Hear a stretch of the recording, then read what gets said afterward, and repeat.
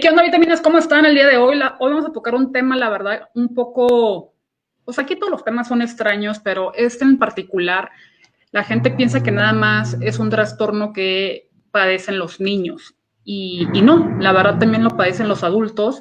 Y hay un 5% de la población mexicana que padece el TDAH adulto. Y es un tema muy interesante porque a final de cuentas sí existe, y igual que cualquier otro trastorno requiere de tratamiento, ir a terapia. Yo no soy la experta, pero hoy sí tenemos a alguien y es una especialista que se llama doctora Guadalupe Castro. Ella es psiquiatra graduada del Instituto Nacional de Psiquiatría en especialidad en psiquiatría infantil y de la adolescencia por parte del Hospital Psiquiátrico Infantil, doctor Juan Navarro. Es también maestra en terapia familiar con diplomado en terapia de pareja en el Instituto Crisol de la Ciudad de México. Es certificada ante el Consejo Mexicano de Psiquiatrías. Es socia activa de la Asociación Psiquiátrica Mexicana, de la Asociación Mexicana de Psiquiatría Infantil y de la Asociación Quintanarroense de Psiquiatría. Actualmente se dedica a la consulta particular como psiquiatra y terapeuta de niños, adolescentes y adultos. Pues muchísimas gracias, Lupita, por estar hoy con nosotros. Me da un gran honor siempre que entrevisto a un especialista, que cada vez son más y más que se unen a Es Tiempo de Hablar, y pues muchísimas gracias por hoy estar aquí. Muchas gracias por invitarme a este espacio de conversación respecto de la salud mental. A mí me encanta ver que tantas personas están poniendo atención, interés en difundir respecto de la salud mental y estos padecimientos que, como lo mencionas, se ven un poco raros a veces porque no, justamente porque no estamos acostumbrados a conversarlo y hablar. Entonces, muchas gracias. El honor es para mí de que me inviten a compartir con todos los que nos escuchan. O sea, justo ahorita empecé diciendo que el TDAH, que es el trastorno de déficit de atención y hiperactividad, mucha gente, una, la tiene detectada entre los niños, ¿no? Dos, otros dicen que no existe. A mí me gustaría que me ayudaras como que a entender cuál es la diferencia cuando un niño padece TDAH y cuando lo padece un adulto. O si desde niño ya lo tiene para toda su vida, o si se puede, digamos, manejar, o simplemente pues, que se cure. Sí, hay por ahí mucha información. Definitivamente el estudio del sistema nervioso es el órgano más difícil de evaluar y de llegar a conclusiones, ¿no? Pero bueno, hay varias hipótesis respecto de lo que sucede cuando hay síntomas de inatención, hiperactividad e impulsividad, que son las tres áreas que afecta este trastorno. Y anteriormente se consideraba que solamente se podía hacer diagnóstico cuando iniciaba en la infancia, antes de los 7 años. Así que si alguien no había tenido los síntomas antes de los 7 años, no había posibilidad de dar un diagnóstico, ¿no? Es decir, no se consideraba en la edad adulta un inicio, aunque, como tú lo mencionas, no siempre remite y hay personas que fueron diagnosticadas en la infancia, prevalecen los síntomas en la edad adulta. Uh-huh. Entonces, hay ahí algunas diferencias en la presentación y en el diagnóstico, pero no en el tratamiento. El tratamiento y la fisiopatología prácticamente está descrita de forma similar. Es muy importante tanto la identificación, cualquier etapa de la vida, como el tratamiento, porque es un padecimiento que afecta la concentración y por lo tanto, si yo no me puedo concentrar para adquirir cierta información, el procesamiento de esa información no lo puedo hacer de una forma adecuada y si esa información yo la necesitaba para tomar decisiones, las decisiones que yo tome también están influidas y por lo tanto, pues todo en la vida. Uh-huh. Entonces, sí se puede presentar tanto en la infancia, en la adolescencia como en la edad adulta. El que no se haya identificado en la infancia no quiere decir que que un adulto no lo tiene. A veces es que no se identificó y a veces conforme van aumentando los retos a lo largo de las etapas del desarrollo es que se va haciendo evidente. Lo que yo he encontrado es que generalmente desde antes ya hay algunas dificultades que si bien por diferentes circunstancias la persona había podido avanzar sin necesidad de ayuda, aunque generalmente sí con cierta dificultad. En determinado momento alguna otra situación se agrega, ya sea la dificultad de lo que está haciendo, alguna etapa, el estrés mismo, y entonces se hace más evidente. Ok, justo preparando esta cápsula leí, por ejemplo, que le ponen, no es mi pareja, es el TDAH, ¿no? Porque los síntomas que ellos tienen, o sea, por ejemplo, falta de concentración o que son súper hiperactivos, que tienen que estar como que si vas a convivir con ellos, como que tienen que estar fuera del ruido, o sea, como que si hay varias cosas que a lo mejor una persona que no tiene el trastorno también las puede padecer y esto como que puede crear un shock, ¿no? ¿Cómo identificar que una persona que a lo mejor nunca ha padecido un trastorno de adulto empieza a tener este tipo de síntomas? Bueno, generalmente hay un antecedente. Eh, el- los síntomas de inatención tenemos que tener cuidado. Es muy fácil tanto diagnosticarlos excesivamente como dejarlos pasar. Ajá, hablando particularmente de la inatención, que es lo que más se presenta en la edad adulta, eh, tenemos que descartar que no se deba a alguna otra situación, ¿no? Es un síntoma y tenemos que evaluar ese síntoma con qué tiene que ver. Yo lo equiparo a veces como si fuera un dolor de cabeza. O sea, el dolor de cabeza es un síntoma. Tenemos que diferenciar si es un dolor de cabeza porque la persona tiene la presión alta, porque tiene una migraña, porque tiene un tumor, porque tiene un evento vascular cerebral. O sea, hablando de déficit de atención, partimos de una dificultad que está teniendo la persona. Evaluamos desde cuándo está, cómo empezó, con qué se asocia, eh, para ver hacia dónde nos orientamos respecto de diagnóstico y por lo tanto de tratamiento. Ujú. Entonces, no sé si me voy explicando. Sí. Entonces, vamos a decir, si alguien de repente empezó con inatención, así como algo muy súbito, pero es alguien que acaba de tener una pérdida muy importante, ya sea de un trabajo, de un ser querido, de una circunstancia traumática. Tenemos que ver si esta inatención no se asocia con un episodio depresivo, porque el episodio depresivo también afecta la concentración. Tenemos que ver si no se trata de un episodio de ansiedad.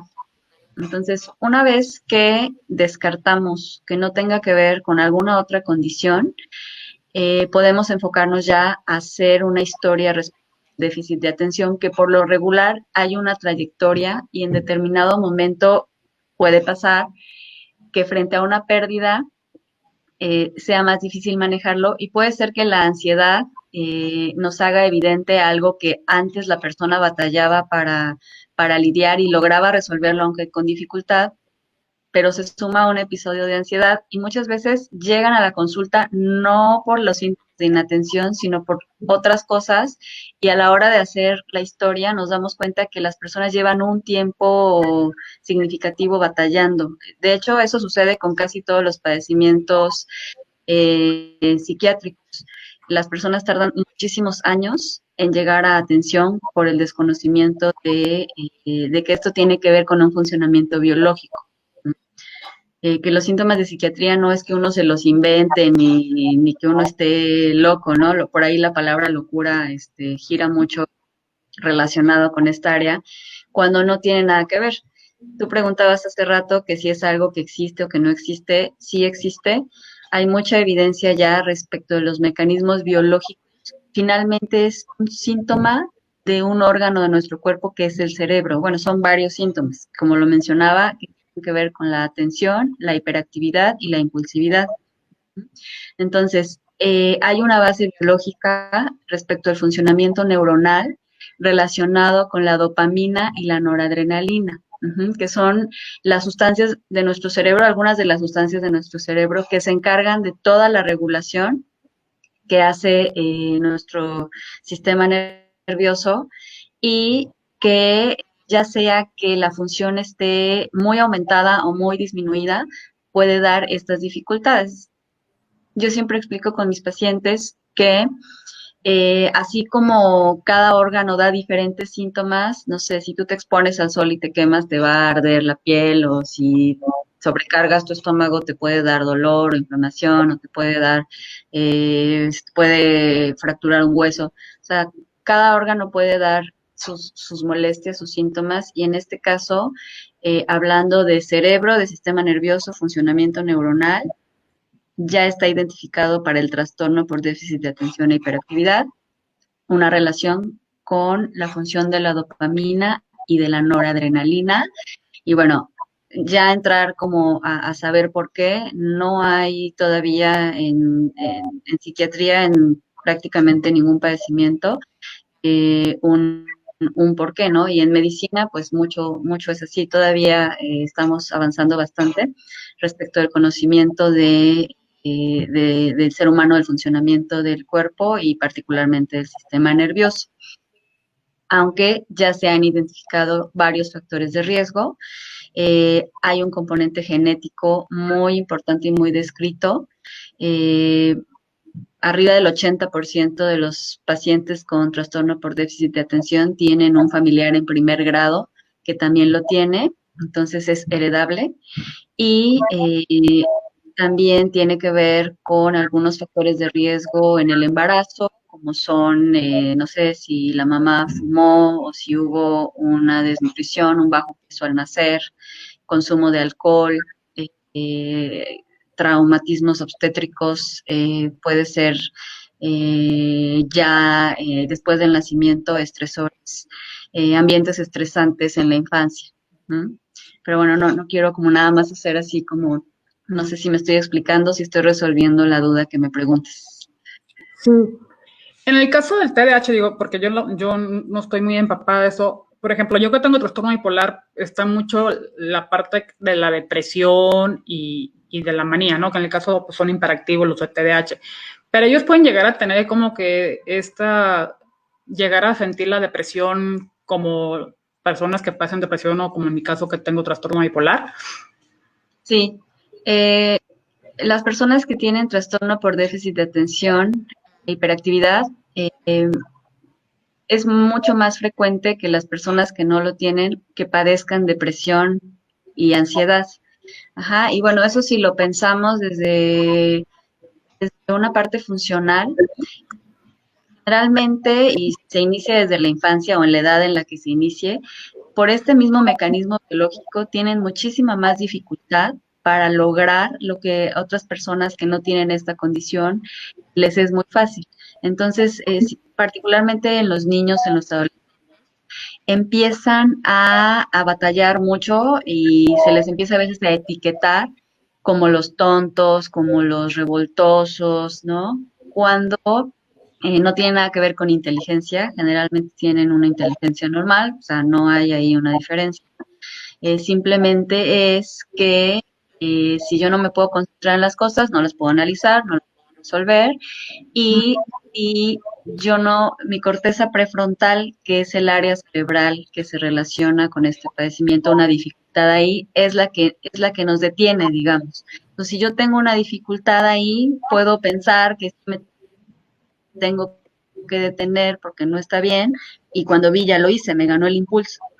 Y obviamente eso va afectando mi funcionamiento, tanto académico como social. Y bueno, uno se puede acordar de cuando era niño, adolescente o en cualquier etapa de la vida, que se siente crecer pensando que soy un tonto, que se siente crecer, que las personas me hagan a un lado, que no puedo tener amigos. Obviamente, en nuestra función social requerimos tener un control de nuestras decisiones, de hasta cuándo me tengo que frenar para que el otro también pueda hablar o jugar, de no arrebatarle los juguetes, ¿no? Entonces, se van quedando como muchas dificultades en muchas áreas, y eso predispone para que tengan síntomas depresivos, de ansiedad, ¿no? Que vayan fracasando más que los demás en el logro de tus metas. Uh-huh. Ok, y por ejemplo, aquí como adulto, de las personas que padecen TDAH, me imagino que tú has de ver varios, ¿Qué es lo más riesgoso que una persona con TDAH puede tener? O sea, esta parte que dices de lo impulsivo, o sea, ¿qué te puede llegar a hacer, no? En mi caso, por ejemplo, con el trastorno bipolar, pues que te sientas los superpoderes y pierdes totalmente noción de la realidad y al hacer eso, pues te expones en peligro, ¿no? O gastas horrible, que te quedas endeudado. O sea, como que los síntomas están como que muy marcados en el caso del trastorno bipolar y sabemos perfectamente pues que nos ponemos nosotros en riesgo cuando recaemos. En el caso de las personas del TDAH, ¿qué pueden, o sea, qué comportamiento puede ser así como foco rojo que tú como amigo veas y volteas y digas, oye, esto ya no es normal, o sea, esto sí se tiene que, lo tenemos que apoyar para que vaya con un psiquiatra porque no es normal su comportamiento?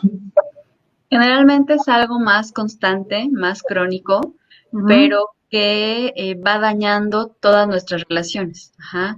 Okay. Porque finalmente nos va a hacer más difícil mantener un trabajo, por ejemplo. Ahora que, bueno, la competencia en todas las áreas es increíble.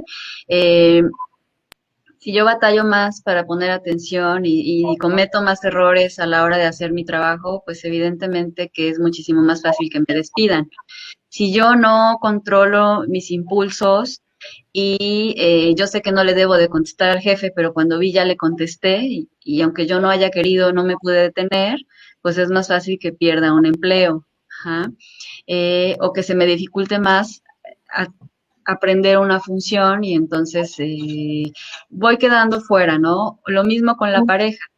Finalmente, para funcionar socialmente requerimos de este mecanismo de control que nos permita regular nuestras acciones y nuestra atención, ¿no? Igual si yo estoy con la pareja y estoy pensando en otra cosa, va a ser difícil que yo establezca una relación en el que el otro se sienta considerado, yo no porque no quiera a la persona, sino porque no puedo poner atención de lo que me está diciendo o de lo que me pidió que hiciera y se me olvidó y no lo hice.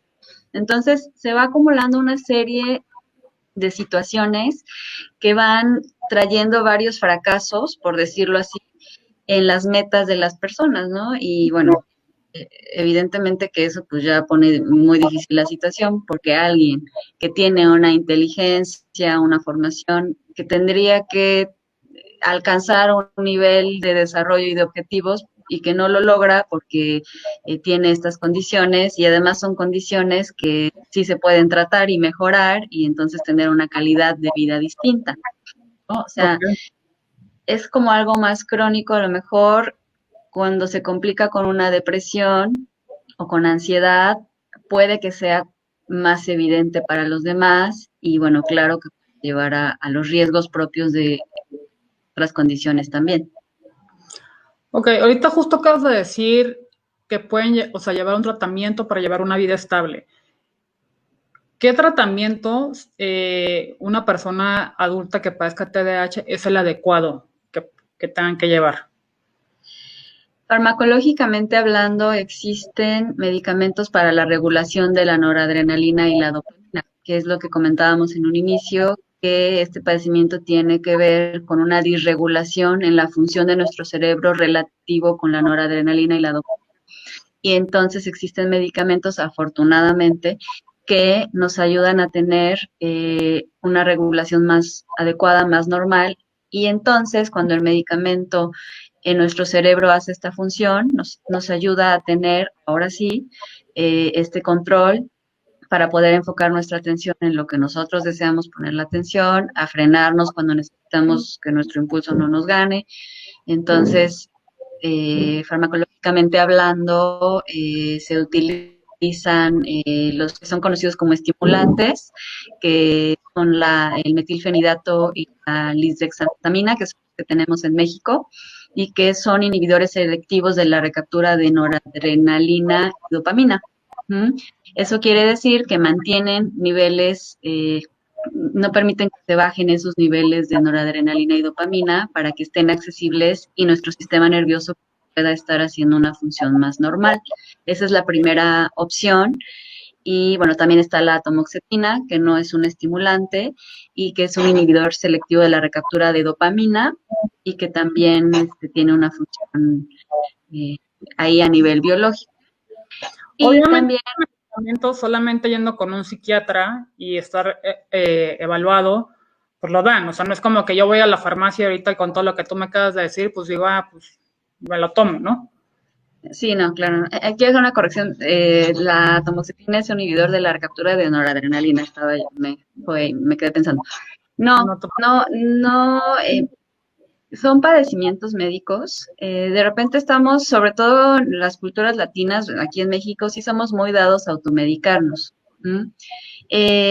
Todos los medicamentos, todas las terapias tienen su riesgo y su beneficio.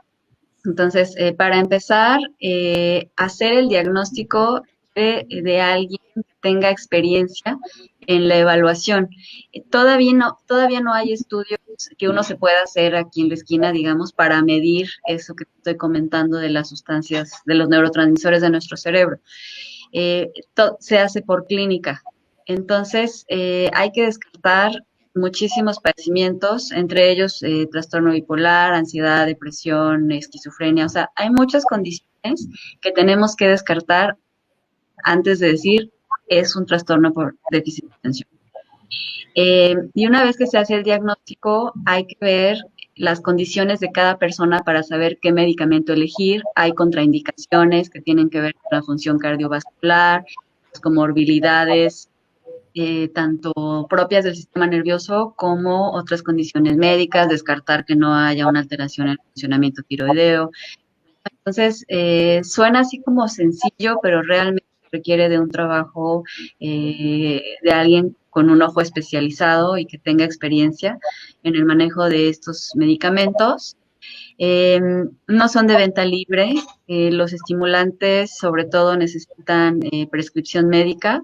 Hay algunos otros que sí son de venta libre, pero de todas formas, sí hay que tener cuidado a la hora de tomarlos o de recomendarlos así nada más tan a la ligera, ¿no? ok, y también de la mano imagino que va la terapia, ¿no? Claro, sobre todo la terapia cognitivo-conductual, que es este reentrenamiento, estas formas de ayudarnos de afuera a tener un orden, a organizarnos, a frenarlo, ¿no? Que finalmente termina teniendo un impacto en el sistema nervioso, pero bueno, obviamente tarda más tiempo, pero los dos tratamientos van de la mano. Y generalmente las mejorías son bastante buenas, bastante evidentes. Muchas personas que se preguntan cómo batallaron tantos años antes de encontrar un tratamiento que les facilita, bueno, no les facilita, les normaliza su vida y sus situaciones, ¿no? Acostumbrados a batallar, pues sí sienten que se los facilita. Sí, claro. Algo que me llamó la atención cuando llegué a ti, Lupita, y se me hizo muy ético, es que otra doctora que ya había colaborado, que colabora con los otros, nos dijo, yo no soy la experta en el tema del TDAH, ¿no? O sea, cuando yo, la verdad, yo pensé que todo, o sea, que el psiquiatra veía todos los trastornos y depende, o sea, no importaba el trastorno que fuera, con que fuera psiquiatra, pues eso es más que suficiente. Y en este caso nos canalizó contigo.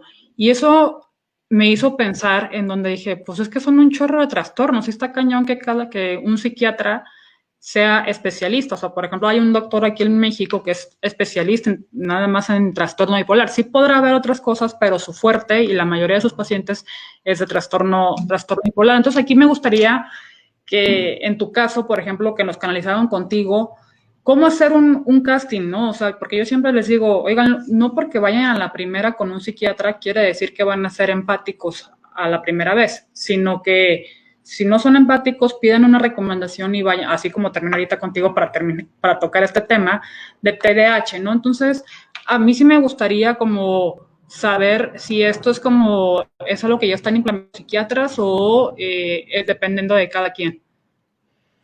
Sí, en realidad el trastorno por déficit de atención puede ser tratado por un psiquiatra general.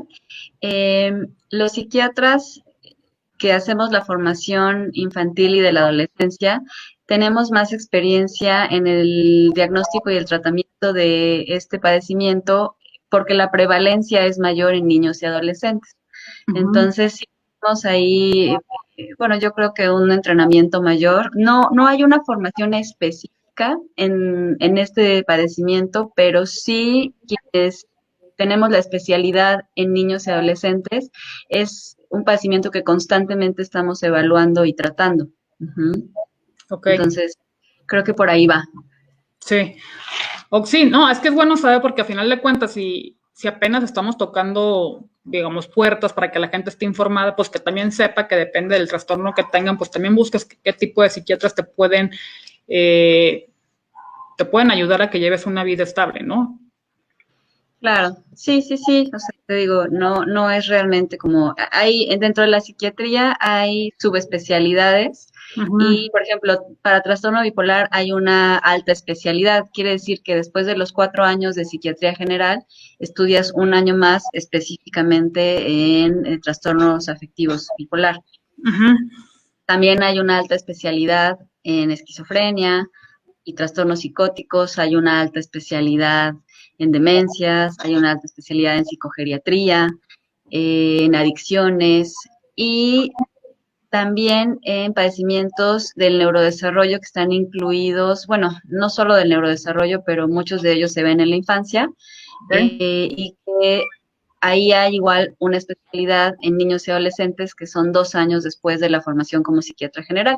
Pero en realidad sí hay psiquiatras que no tienen la especialidad y que tienen experiencia. Entonces yo creo que ahí también depende mucho del psiquiatra que pueda decir, bueno, esto sí entra dentro de mi experiencia, esto no. Ujú. Y bueno, pues yo creo que por eso la doctora me recomendó con ustedes.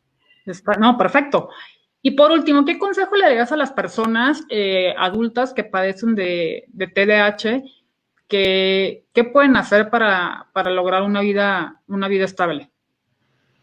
Bueno, sería una recomendación para todos quienes batallen con alguna situación. O sea, finalmente vamos a decir que ahorita ya me hizo congruencia que mencionamos acá, ¿no? Que tiene que ver con la inatención, la impulsividad, la hiperactividad. Si a mí me va haciendo clic que yo batallo con algo de eso, como que me hacen comentarios, que soy muy distraído, que me equivoco mucho, o que tomo decisiones que no pienso y las hago y después las pienso, eh, sí vale la pena tomar una evaluación para ver cómo me puedo ayudar. O sea, si estoy batallando, comento, son padecimientos que como están en sistema nervioso y el sistema nervioso no se ve a simple vista, tendemos a pensar, no existen, como si uno se lo inventara, como si uno se quisiera equivocar, como si uno quisiera tomar decisiones que evidentemente no le convienen a uno.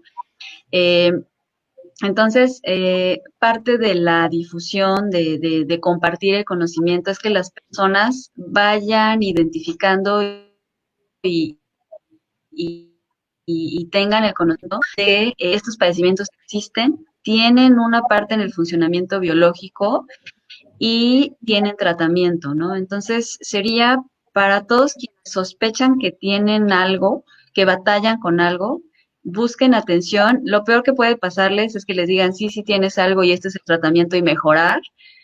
Y también les pueden decir, bueno, no va por ahí y realmente es por allá, ¿no? Entonces, creo que ir quitándonos el estigma de que los psiquiatras atendemos locura, la locura no existe, todo tiene que ver con el funcionamiento del sistema nervioso y afortunadamente cada día tenemos más información, más conocimiento respecto de esa parte biológica y también con la interacción alrededor, ¿no? De nuestros familiares, nuestro trabajo y la psiquiatría de la mano con la psicoterapia. eh, Son herramientas muy valiosas para mejorar la calidad de vida de las personas. Entonces, que dejen de batallar y busquen atención, porque podrían encontrar ahí una solución. Así es, una vez vitaminas, recuerden, psicólogos y psiquiatras también salvan vidas y ahí está el mensaje de la doctora Guadalupe Castro, que no me deja mentir. A final de cuentas, el simplemente saber qué te está pasando y por qué te estás comportando de cierta manera que es ajena a ti, porque es una enfermedad, y que ya lo entiendas y que lo aceptes y que entres al tratamiento, créeme que tu vida va a cambiar. Así que siempre recuerden la frase que tenemos en este tiempo de empatía y en el tiempo de hablar de salud mental también. Psicólogos y psiquiatras también salvan vidas. Doctora, me encantaría que si nos puede compartir las redes sociales donde te puedan encontrar. Sí, claro que sí, estoy en Facebook, Brain and Mind, cerebro y mente en inglés, Y tenemos nuestra página de internet, brainandmind.mx. Tenemos Instagram. Bueno, por ahí nos pueden buscar, Doctoralia, con mi nombre. Y bueno, cualquier duda, cualquier pregunta, encantada de colaborar. Va, pues muchísimas gracias, doctora. Y recuerden, vitaminas, es un día más de decir, es tiempo de hablar y es tiempo de empatía. Estamos in touch.